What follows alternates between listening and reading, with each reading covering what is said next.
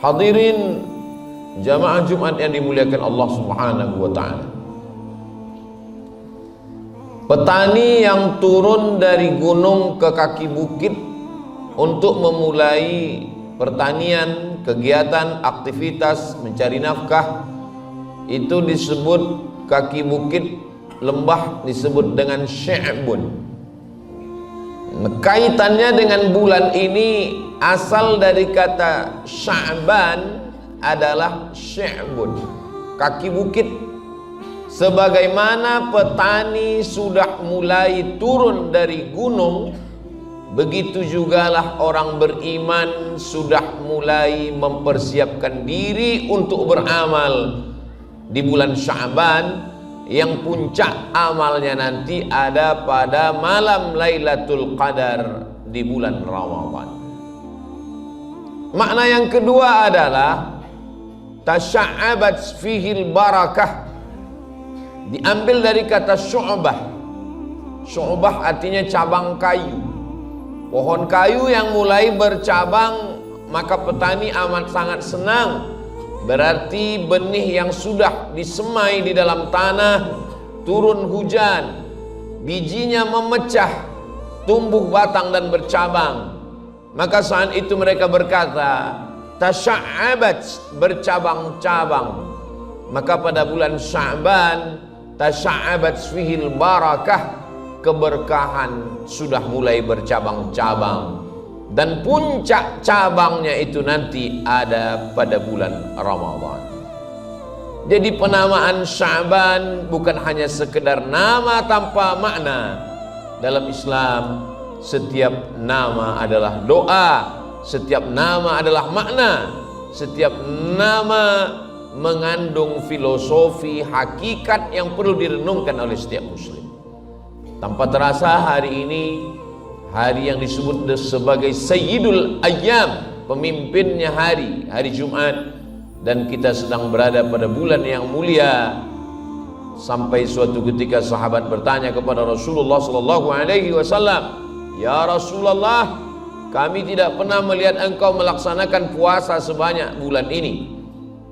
Di samping di luar Ramadan, Muharram, Safar, Rabiul Awal, Rabiul Akhir, Jumadil Awal, Jumadil Akhir, Rajab, Sya'ban inilah engkau ibadah paling banyak."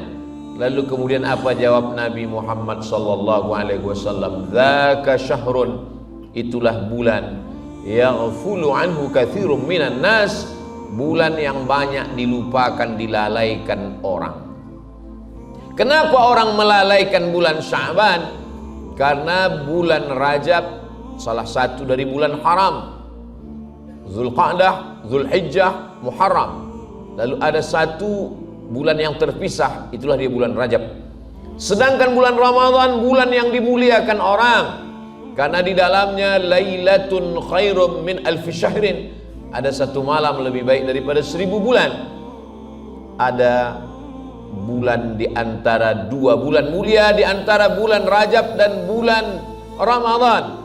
Dzaka syahrun, itulah bulan yaghfulu anhu katsirun minan nas, yang banyak dilupakan, dilalaikan orang.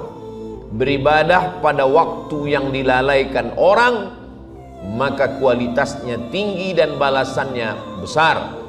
Mana waktu yang dilalaikan orang? Tengah malam, semua orang tertidur, terlelap.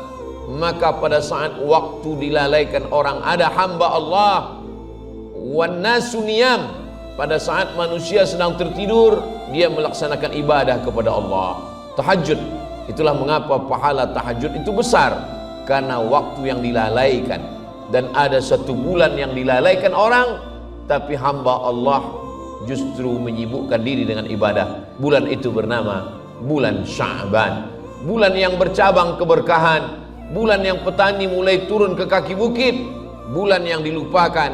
Tapi ada orang yang tidak pernah melupakan Allah, karena pada hakikatnya semua hari sama, semua bulan sama.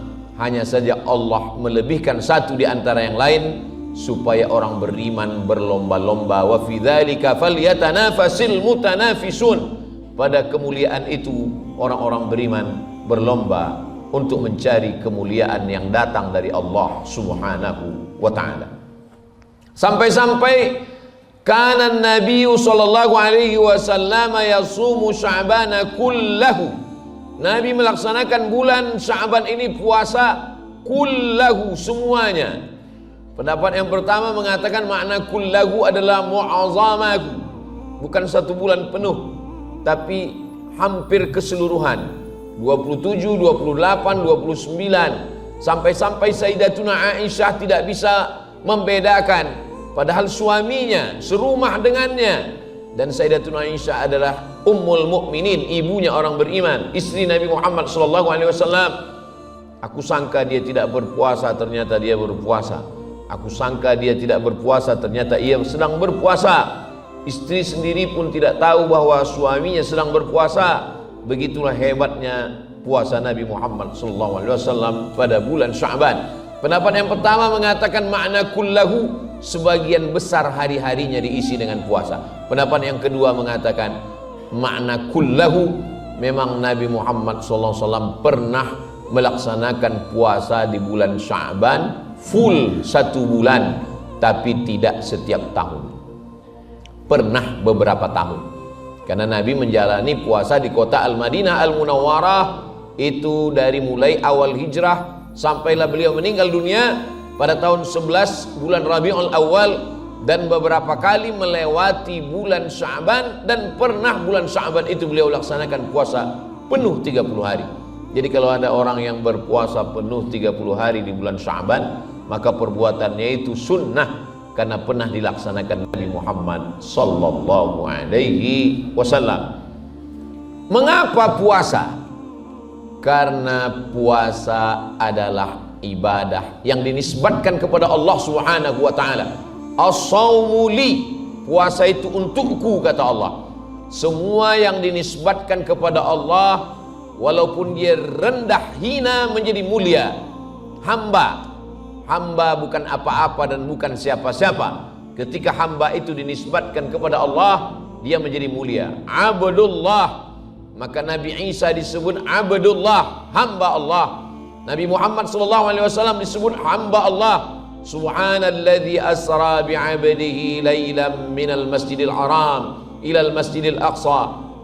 Subhanalladzi asra bi'abdihi, maha suci Allah yang sudah memperjalankan hambanya. Rumah menjadi mulia ketika dinisbatkan kepada Allah. Rumah baitun, rumah Allah, baitullah, bukan berarti Allah berdiam di dalam rumah. Allah tidak bertempat. Tempat itu datang belakangan. Allah sudah ada sebelum waktu dan tempat itu ada. Kalau ada orang yang mengatakan bahwa Allah memiliki tempat, berarti Allah berubah. Yang sebelumnya tempat tidak ada, lalu dia bertempat kepada tempat yang ada. Allah sudah ada sebelum waktu dan tempat itu ada, dan dia ada seperti sedia kala. Dia tidak berpindah. Itulah maka dalam akidah Imam Abil Hasan Al-Asy'ari dibahas wujud, qidam, baqa, mukhalafatuhu lil hawadis. Allah tidak sama dengan makhluk, dia tidak bertempat. Jadi makna baitullah bukan berarti Allah berdiam dalam rumah. Makna baitullah, Allah memuliakan bulan itu, maka dinisbatkan kepada namanya baitullah. Lalu bulan diisi dengan ibadah yang dinisbatkan kepada Allah. Ibadah itu bernama puasa. Kenapa puasa itu lebih mulia daripada yang lain? Allah tidak makan, Allah tidak minum, Allah tidak berhubungan kelamin, Allah tidak berkeluarga. Maka pada saat berpuasa, orang sedang berakhlak dengan akhlak Allah Subhanahu wa ta'ala.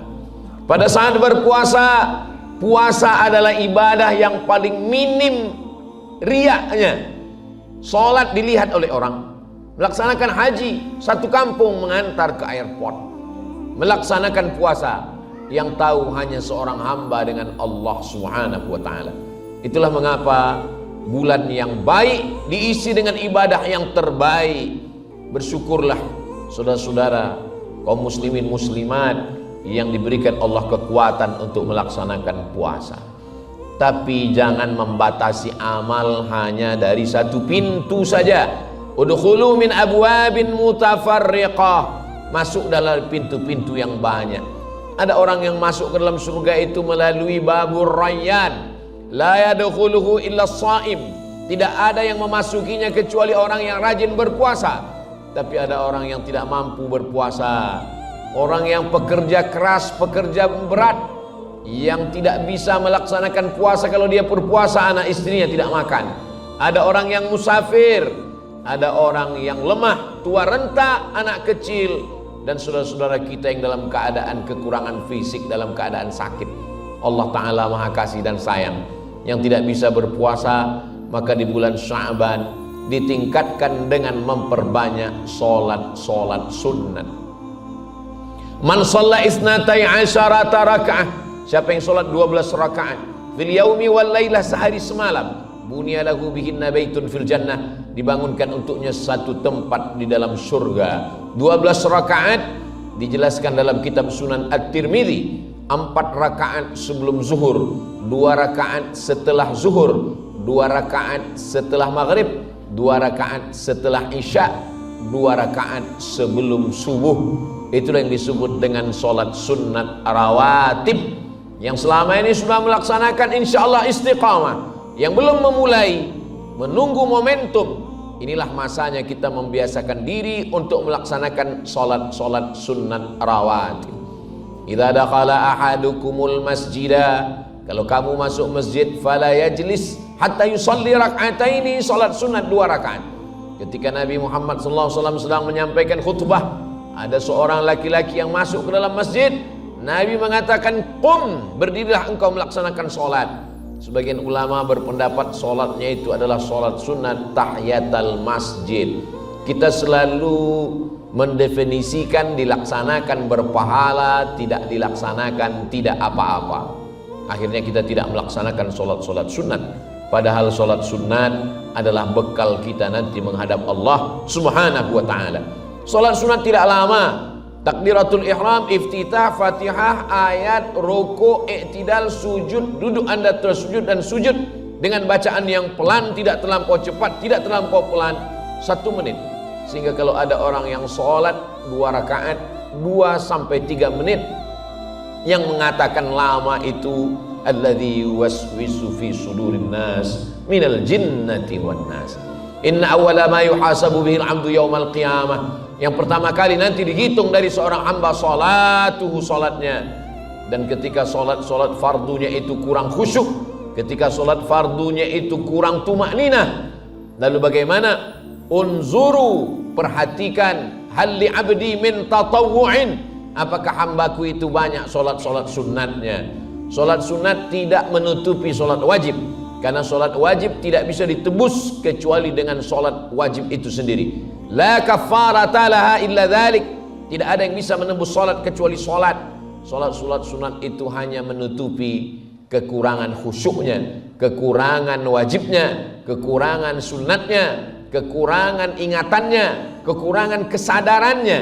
Karena kita penuh dengan kekurangan, maka kita pandang solat sunat itu melengkapi, menyempurnakan kekurangan-kekurangan kita di hadapan Allah Subhanahu wa ta'ala. Tapi tidak semua saudara kita mampu melaksanakan solat sunat, karena lelah, karena aktivitas yang penuh, karena musafir, karena sakit. Maka masih ada lagi ibadah meningkatkan bacaan Al-Quran.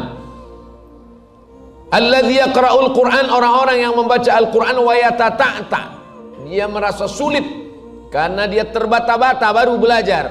Maka kata Nabi Muhammad SAW, lahu ajrani, dia dapat 2 pahala. Pahala yang pertama karena pahala membaca Al-Quran, pahala yang kedua karena dia mampu melawan keterbatasannya, melawan rasa malasnya, melawan rasa letihnya, melawan ketidakmauannya. Maka Allah memberikan dia balasan.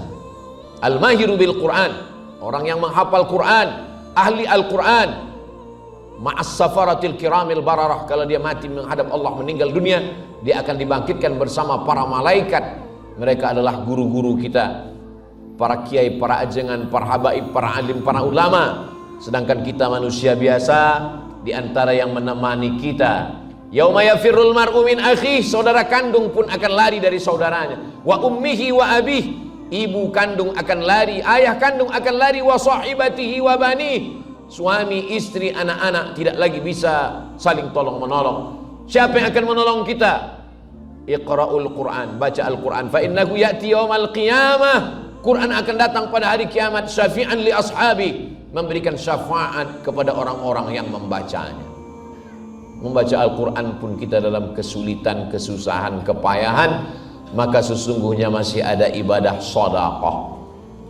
Memberikan makanan kepada fakir miskin. Ada orang yang berpuasa, kita siapkan bukaan puasa. Orang yang memberikan bukaan puasa, man fattara shaiman, siapa yang memberikan makanan buka puasa, falahu mithlu ajri shaim, dia dapat pahala seperti orang yang berpuasa.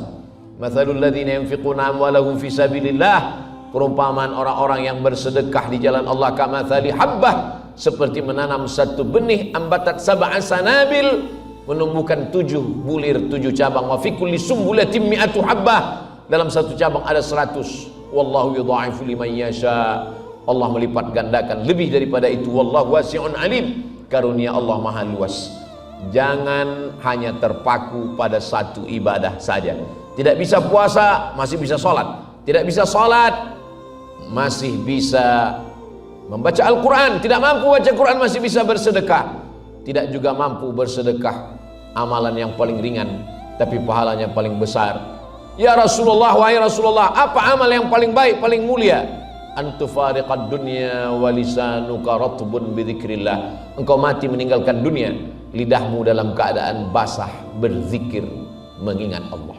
Subhanallah zikir, alhamdulillah zikir, Allahu akbar zikir, Allahumma salli ala sayyidina Muhammad wa ala ali sayyidina Muhammad, juga zikir. Astaghfirullahalazim, juga zikir. La haula wala quwata illa billah, juga zikir. Afdalu zikri, afdal zikir, la ilaha illallah. Berapa jumlah zikir? Ya ayyuhalladzina amanu, wahai orang beriman, uzkurullah, berzikirlah mengingat Allah, zikran katsira, sebanyak-banyaknya, tidak ada batasan. Lalu kenapa ada orang yang membatasi zikirnya 100, 200, 500, 700, 1000 untuk menghitung bahwa dia sudah berzikir? Amalan itu boleh. Sahabat Nabi bernama Abu Hurairah membuat 1000 simpul tali, karena waktu itu belum lagi ada tasbih. Beliau menghitung zikirnya dengan tali yang disimpul, lalu memetik simpul-simpul tali sebelum tidur malam. Silakan bertasbih, berzikir, salawat 1000, istighfar 1000, tahlil 1000, tasbih 1000. Perbuatan itu bukan bid'ah, untuk menyadarkan apa yang sudah kita lakukan beribadah kepada Allah Subhanahu wa ta'ala. Puncak daripada ibadah adalah mengingat Allah. Puncak dari mengingat Allah adalah mencegah diri dari perbuatan keji dan mungkar. Banyak orang berzikir di masjid, banyak orang berzikir di Masjidil Haram, banyak orang berzikir ketika sedang bersama para ulama. Puncak zikir adalah ketika zikir mampu menahan diri dari maksiat. Ketika berzikir di tempat orang yang tidak berzikir. Ketika zikir tidak lagi bermakna mengingat, tapi zikir mengingatkan kita kepada Allah di saat lalai, di saat lupa, di saat hampa, di saat kosong. Zikir itu yang mengingatkan kita, karena kita selalu mengingat Allah Subhanahu wa ta'ala. Barakallahu li wa lakum fil Qur'anil azim, wa nafa'ani wa iyyakum bima fihi minal ayati wa dzikril hakim, wa taqabbala minni wa minkum tilawatahu innahu huwal ghafurur rahim.